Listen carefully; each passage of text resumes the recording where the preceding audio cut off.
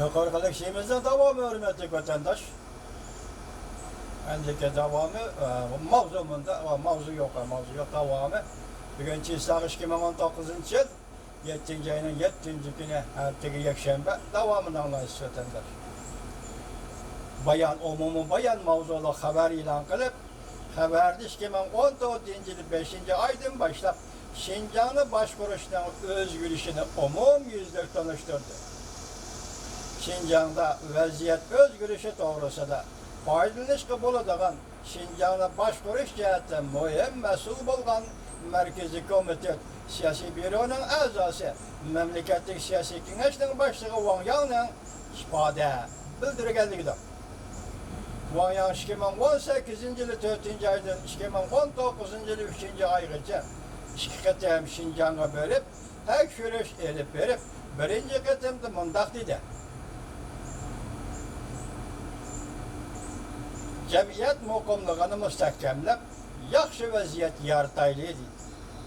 İkinci qatamda mundaq bildirdi. Şinjan'ın vaziyeti muqim, vaziyat yaxshi tarafga qarab taraqqiy qilyotidi. Her millet halkı baxet tuyg'usiga erishdi. Bexatarlik tuyg'usiga erishdi.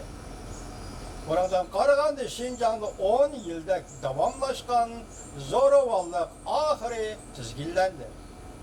Yaxshi tarafga o'zgarish vaziyati shakllandi. Mushundaq muqimlashgan vaziyat ostida Şinjan'da xatarlik ahvollar ozayishga boshladi.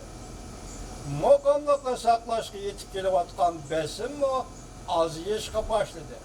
Saqchi kuchi va oldini olish, nazorat qilish aslahalarini o'rinlashtirish, tarbiyalash markazlarining soni endi ozayishga boshlaydi.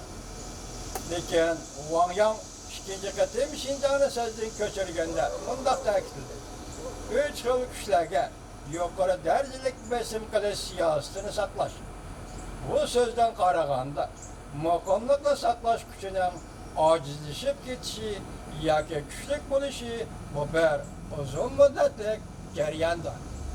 Allohga ishonamanki, Alloh sana uzun muddatlik jarayon bergan emas. Ey Xitoy, Sharqning yavo yildiri, Alloh sana uzun muddatlik vaqt bergan emas.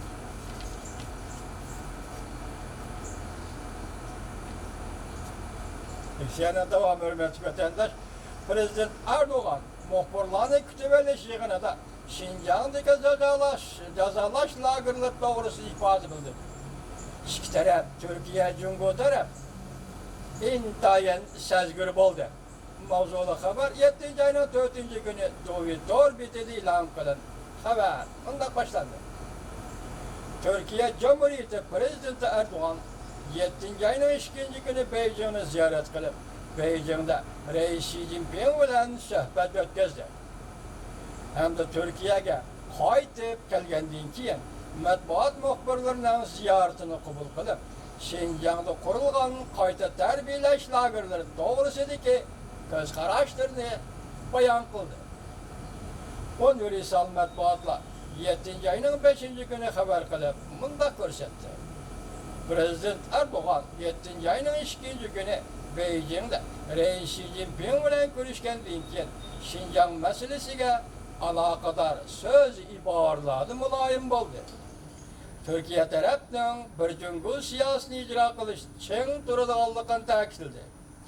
Jungo Şinjan'da har millat xalqi Jungoning taraqqiyot va gullanish yo'lida baxtli turmush ko'chiryotidi. Bu paket dedi. Türkiye tarafı her qandaq bir kişinin Türkiye-Jungo münasibetleriga bölgünçülük selishiga yo'l qo'ymaydi. Türkiye'de radikalistlarga qat'iy qarshi turdi.